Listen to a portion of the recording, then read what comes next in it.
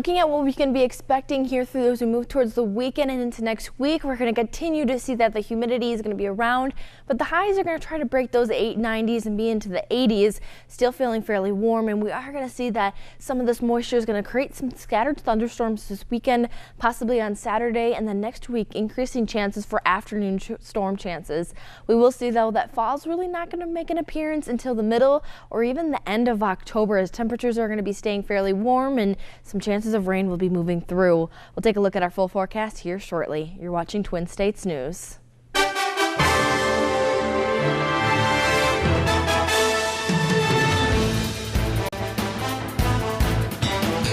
5th annual Weschler Day is just around the corner. I'm Emily Erickson, and I'll have more coming up. Things are looking very spooky at Southeast High School's haunted attraction. I'm Cameron Brewer, and I'll have more coming up.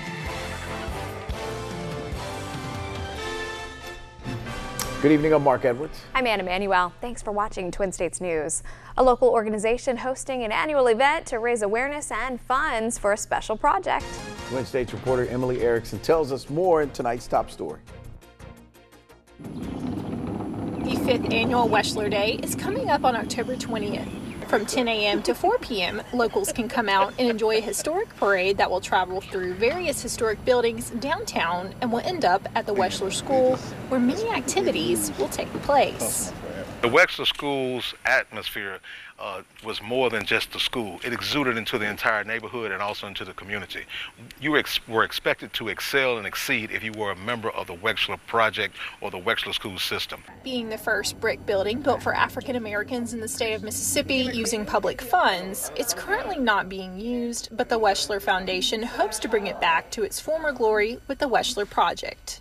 It will be a hub for this entire area, for the Southeast, that will help to produce and also help to promote our youth as well as others in the community. It'll be a beacon of light in the community, which has taken somewhat of a downward spiral throughout the years.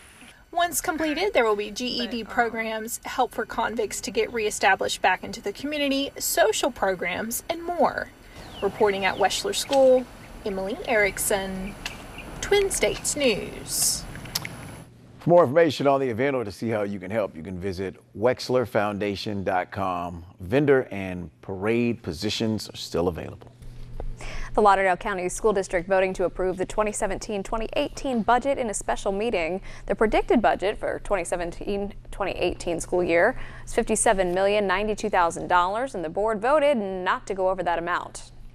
What we looked at is going into the year, we anticipated a larger shortfall. And so by the time we cleared out the year and the expenditures all came out, it was significantly less than what we thought that shortfall would be.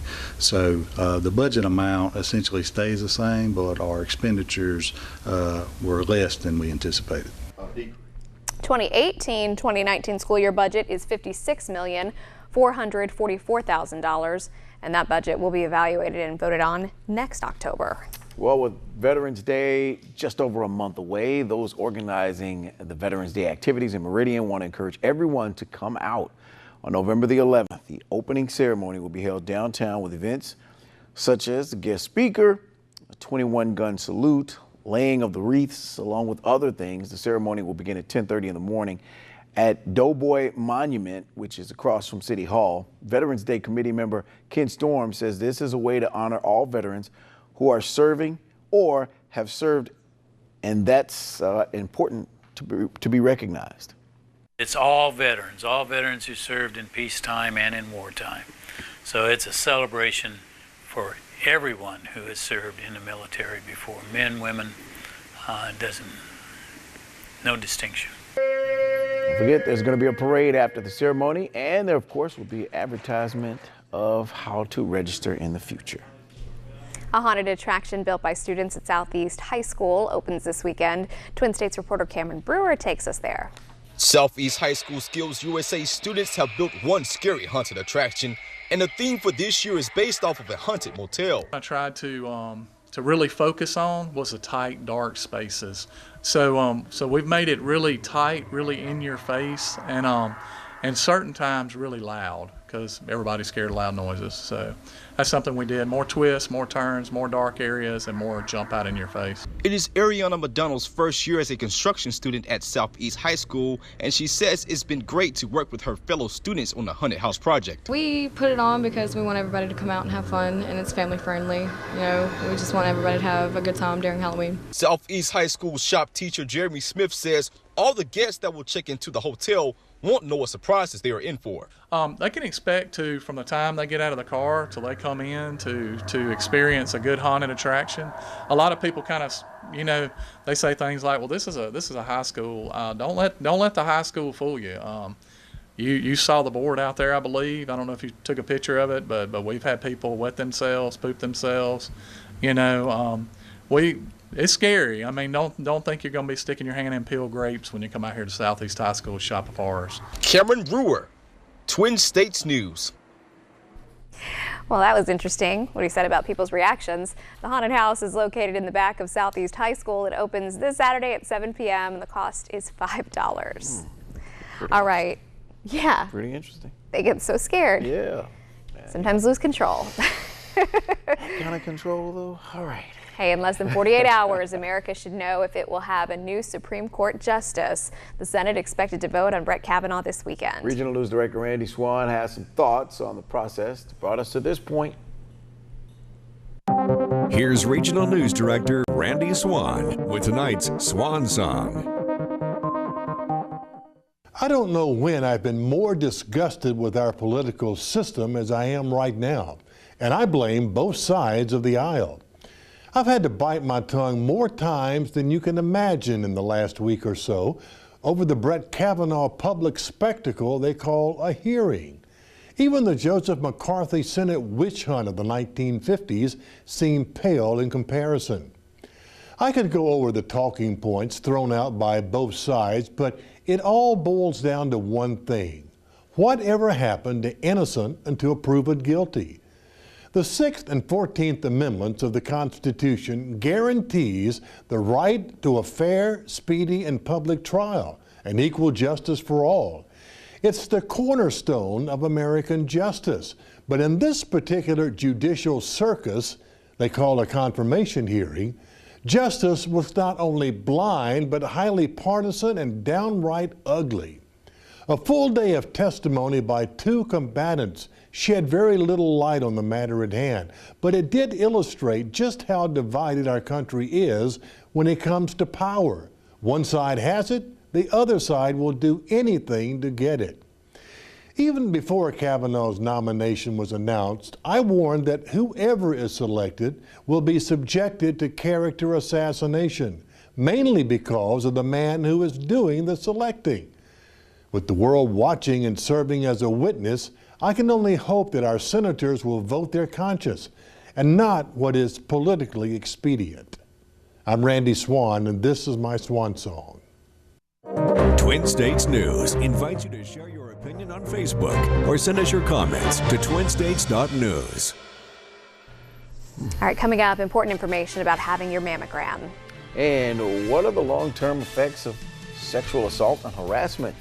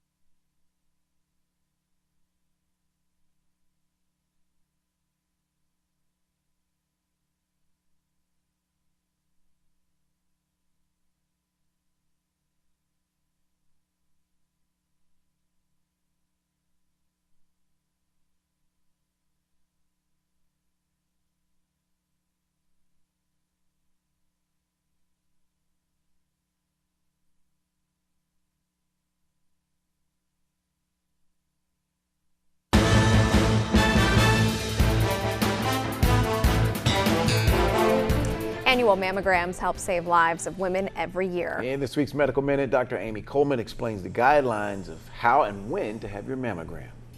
Mammograms play a central part in the early detection of breast cancer because they can detect subtle changes in the breast that may be early signs of cancer but are too small to be felt. The use of digital mammography has greatly enhanced the ability to detect breast cancers at earlier stages and are a must for women with dense breast tissue.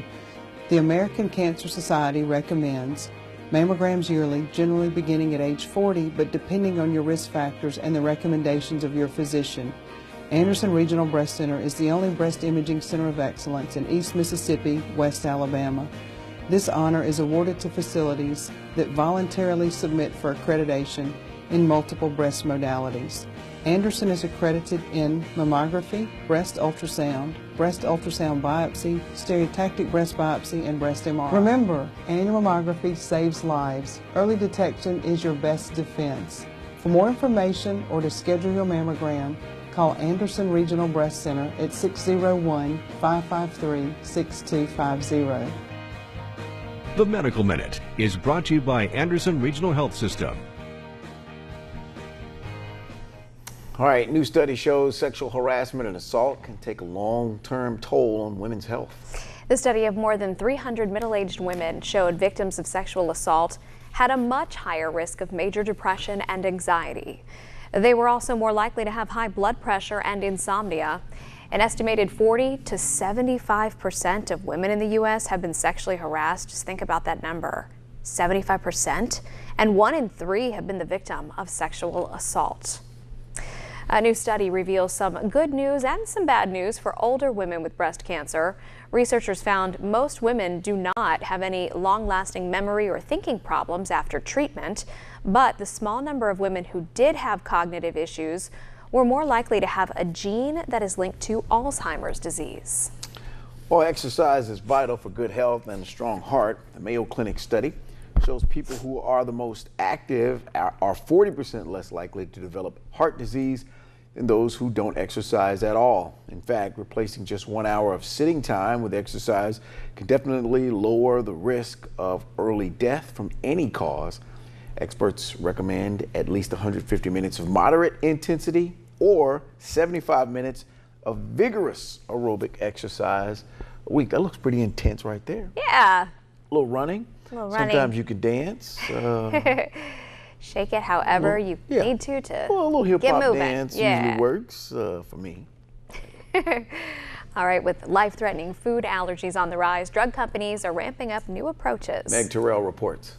Will Brody's nut allergy is so severe he's had to use an EpiPen 4 times. Get very itchy, and it's just not fun. It's just like then you can get scared, then it just like contributes, everything just kind of snowballs. But through a clinical trial of a new approach to peanut allergy, he's built up a tolerance that should protect him from accidental exposure. The treatment is from biotech company Aimmune, and it's one of a number of new approaches drug companies are working on to counter the rising prevalence of allergies. If we treated 10 children, we could get 8 of those children through the treatment process and essentially protected from accidental exposure to peanuts out there in the real world. French biotech DBV Technologies is working on a similar program, using a patch to administer a dose equivalent to 1/1000th of a peanut every day, essentially retraining the immune system to tolerate peanuts.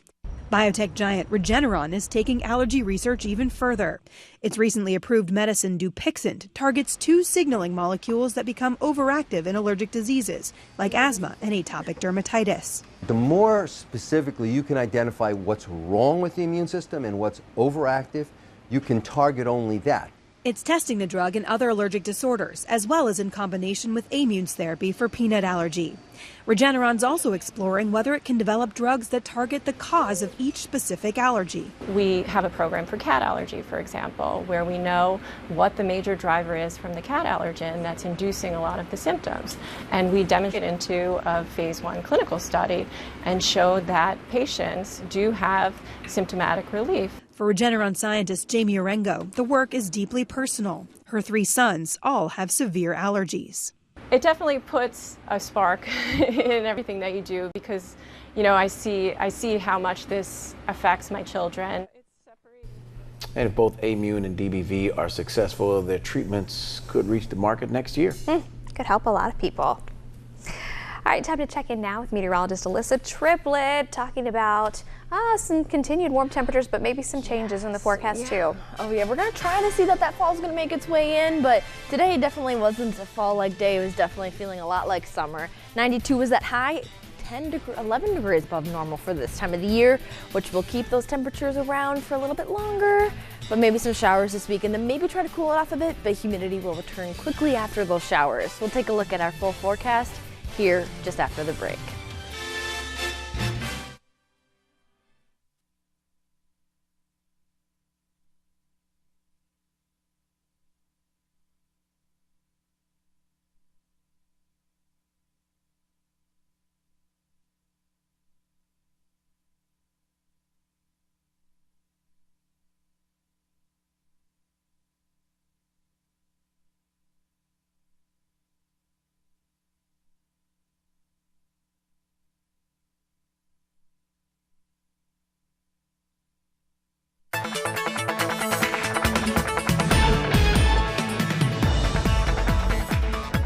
Welcome back to a look at your weather. High temperatures today got up into the 90s across all of Mississippi and even into Alabama as well. We're still seeing lots of warm temperatures rolling through. Lots of sunshine today that was able to warm up those temperatures as well. There was some fog in the southern part of Mississippi and into Louisiana, but it looks like we were able to stay clear this morning and see lots of sunshine. And we'll see that will even make those feel like temperatures feel even warmer. That high feel like temperature today was 100 degrees, and even outside right now that feel like temperature is just around the 90s as we even under sunset, and seeing that these temperatures are trying to cool off, but that humidity and the moisture is making it still feel pretty sticky outside. So these do still have the potential to reach the triple digits yet again for tomorrow, as we're still seeing that we're in this temperature outlook, and the National Weather Service put out that we're still this eastern coast, and even Mississippi's on this like half line, but we're still going to see that the probability to see temperatures above average are going to be fairly likely, and seeing that we could see upwards of 10 degrees above average for this area, as there's a lot of tropical activity that may be occurring in the Gulf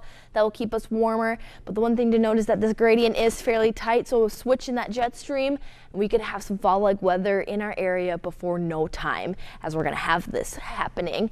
When we wake up tomorrow morning, though, we'll see that those temperatures are going to get down into the 60s overnight, but just around the 70s, though, and we'll see that we'll quickly try to warm up. We'll have sunshine right away at 8 a.m. That high temperature is going to get up to 90 degrees, and there is going to be those chances of rain mostly on Saturday, and seeing that tomorrow should be staying another fairly dry day.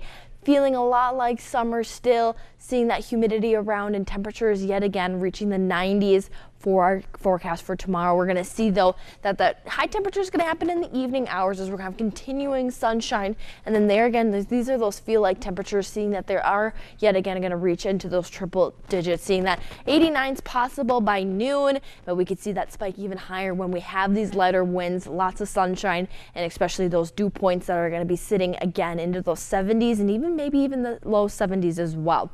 And we're seeing this because we still have this high pressure system, which is bringing some drier air around this high pressure system and then bringing it back up from the tropics into our region, allowing for lots of dry air. As you can see, the radar is going on right now, but there's nothing occurring in the southeast, as we are seeing this high pressure system really dominate the south area and keeping this warm and humid air. Spotty showers will stay off to the north and south, allowing for this humidity to be around. We'll see that we'll have this mostly sunny sky yet again tomorrow, very hot, and then potentials to see that partly sunny sky on Saturday, but this is where we're having those chances of storms. There's going to be some little bit of tropical activity to the south, but that's not going to really affect us too much. It's just that we've gotten to the point where we have a lot of moisture in our air, and that's going to allow for some thunderstorms to be pretty isolated. There may be that chance that Meridian will get missed, but surrounding areas around Meridian in our designated area may be seeing a thunderstorm roll on through, but then plenty of sunshine does follow. Temperatures break those 90s, but still pretty humid out. We're going to continue to see those dew points stay fairly high, lots of moisture, and feeling still like summer as we even move into the second week of October. There's nothing wrong with that. No, but I like the summer. We just don't like the high rain chances for Saturday, though. Yes, of course, like it comes on a weekend, like we have all this beautiful weather a week, and then it brings rain. Yes. But there'll be plenty of time next week. Maybe temperatures cool off a little bit. Still humid and sunshine. It'll maybe start next to feel week. a little bit cooler. Okay, thanks. Thanks. Up next, we're going to hear from MSU basketball coach Ben Howland. And don't call it a comeback. He's been here for years. Mark Ingram, that is. Back with the Saints after serving a suspension. More on that coming up.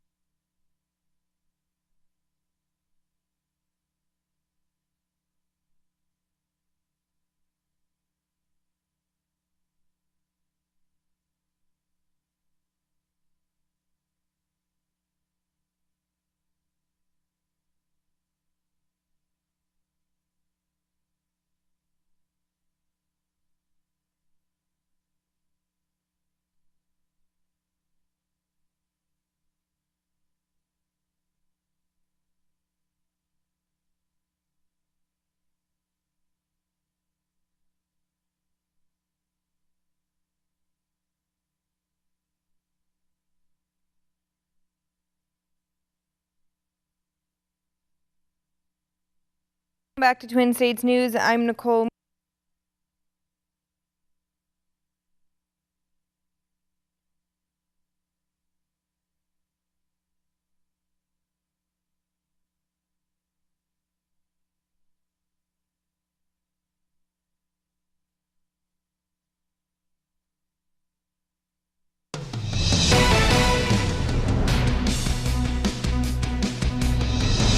Good evening, everyone. Welcome back to Twin States News. I'm Nicole Menner. With college basketball season just about 1 month out, the Bulldogs held their first media day of the season ahead of Wednesday's practice. The Dogs earned a trip to Madison Square Garden last season, but came up short in the NIT tourney. Coach Ben Hallam spoke about his team's goals for this season and how the rest of the SEC stacks up. Our team, obviously, we want to do really well in the SEC. We're trying to win the SEC. I mean, that's the goal. And, it's going to be an incredible task, whoever comes out of this league. I mean, right now, you got to look, the favorites are, Kentucky, Tennessee, and Auburn based on, last year and what they have back. And, LSU is going to be incredibly tough. I mean, there's so many teams there. I mean, I think that Alabama and Florida are going to be really, really good. I mean, this league is going to be incredibly tough, but that's our goal. If you come out and you finish on the top of this league, you're going to get a high seed in the NCAA tournament. And everybody's trying to get the NCAA tournament. That's a given. The Pelicans will look for their first win of the preseason tomorrow night against the Knicks after falling to the Bulls and Hawks earlier this week. Of course, preseason is more about working on team chemistry rather than winning. And Coach Alvin Gentry spoke about what his team has done well so far. I think we did a lot of good things. Obviously the first half we tried to play, somewhat of a rotation that you might see. And then second half, not playing AD and those guys at all. Obviously the game is going to change.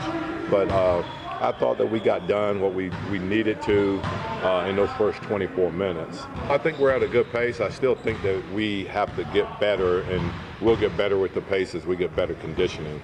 I thought today was much, much better. When we play these, these 4-minute games to see if we can stay at a real high pace for those 4 minutes. And then, we'll add 6 minutes, 8 minutes as in the next, 4 or 5 practices or games and try to get it to the level where we wanted to have it. Well, we've waited 4 weeks and Mark Ingram finally back in practicing with the Saints after serving his 4-game suspension. The Saints offense getting a whole lot more dangerous with his return. Their offense averaging 418 yards per game and 34 points. And between Alvin Kamara and Ingram, teams are going to have a hard time slowing the two down. Obviously excited to be back. Being away from the team, it's not easy. But I was working and being with my family. And, I'm excited to be back with these guys. What were those Sundays like, just, sitting there watching on TV? What was it like for you? They sucked. They weren't cool, But when we were winning games, it made it better, So I was excited, to see us winning and playing well. And just being able to get back with these guys and be with the team, of course, something I was looking forward to every day. And the Saints have Monday Night Football this week against the Redskins, so they have some extra time to prepare. Yeah. I'll see if I have Should be a good anybody matchup. playing. Well, fantasy. Everybody's just thinking We all fantasy right think now. we're playing each other this week. We are, and Should be interesting. she's doing pretty well right now. No bets on this one, though. No. We'll be right back.